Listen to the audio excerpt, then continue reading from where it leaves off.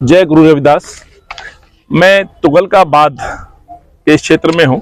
मेरे साथ मेरे गांव के और आसपास के कुछ बड़े सम्मानित लोग हैं और मैं गुरुजी के उस स्थान पर हूँ जहाँ गुरु रविदास जी ने अपने चरण डाले थे लगभग 1509 में। और कहते हैं गुरुजी ने जब स्थान चुना तो यहाँ गांव और आसपास के एरिया में स्वाभाविक है पहले बीमारियां होती थी और बीमारियां ऐसे ही महान संत गुरु जो परमात्मा का स्वरूप लेके उतरते हैं उनके आशीर्वाद से, जैसे साईं बाबा रहे हो या गुरुदास जी रहे हो, ये ऐसे लोग थे जो लोगों को अवेयर करते थे, आशीर्वाद देते थे और ज्ञान से उनका जीवन रोशन करते थे। गुरु जी के चरण पड़े, गुरु जी का स्थान बना। ये स्थान पे कहा जा रहा है कि लगभग 15 मीटर 20 मीटर 2-3 माले का सुंदर भव्य बाबा का भवन था, लेकिन यकायक 2019 में उस भवन को बिल्कुल तोड़ दिया जाता है।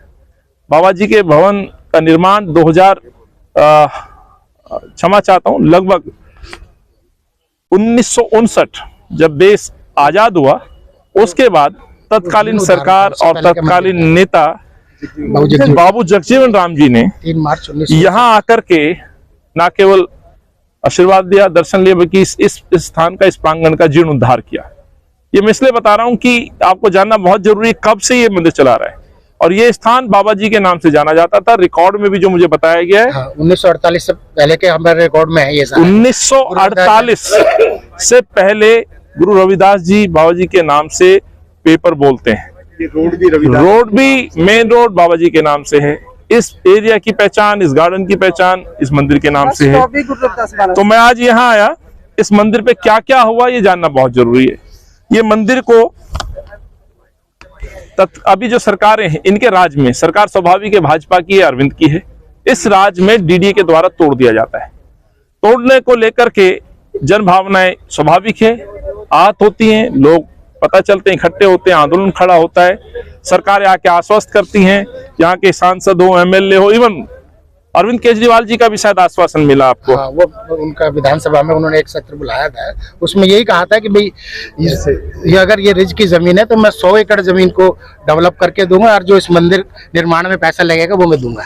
यानी कि जो बात बात पे जो सत्र बुलाते हैं, फिर जनता को गुमराह करने की कोशिश की और एक सत्र बुलाया गया विधानसभा में केवल अपना भाषण सुनाने के लिए। आश्वासन ये था कि इस जमीन को मंदिर रहने दो, 12 बीघे जमीन हम और डेवलप कर देंगे, रिज में मंदिर बनाने का भी हम पैसा देंगे, यही बात थी। भाषण हो गया, सदन खत्म हो गया, लेकिन आज तक ना 12 बीघे जमीन मिली ना या बना। आंदोलन लोगों ने खड़ा किया और 2019 10 अगस्त को जो है ये जो मंदिर ध्वस्त हुआ, उसमें तमाम आदेश दोनों सरकारों के थे, भाजपा डीडी और दिल्ली सरकार और दिल्ली पुलिस, यानी कि अरविंद और मोदी जी, यही दो लोग हैं, यही दो लोग आरोपित हैं। इन्हीं से जवाब मांगने आया हूं। कांग्रेस के लोग यहाँ बैठे हैं, मंदिर बचाने के लिए आंदोलन किया। राजेश लिलोठिया जी, रमेश कुमार जी, शीशपाल जी, इवन और कई साथी थे, आज हो सकता है अन्य दल में हो, लेकिन उस समय कांग्रेस के चेहरा बन के यहाँ साथ देने पहुंचे थे। जनमानस का समर्थन था, आम जनमानस का समर्थन था, संस्थाओं का था, धार्मिक लोगों का था।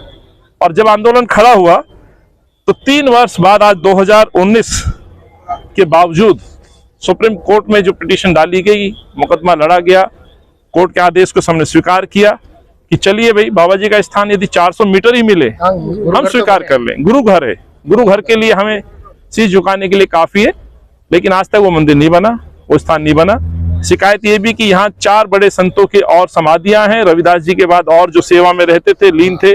अभी भी एक परिवार था, शायद जो बच्चियां मैं दिखाऊं, ये बच्ची खड़ी हैं। आप यहाँ सेवा में थी? हाँ जी। भजन कीर्तन करते थे? हाँ जी।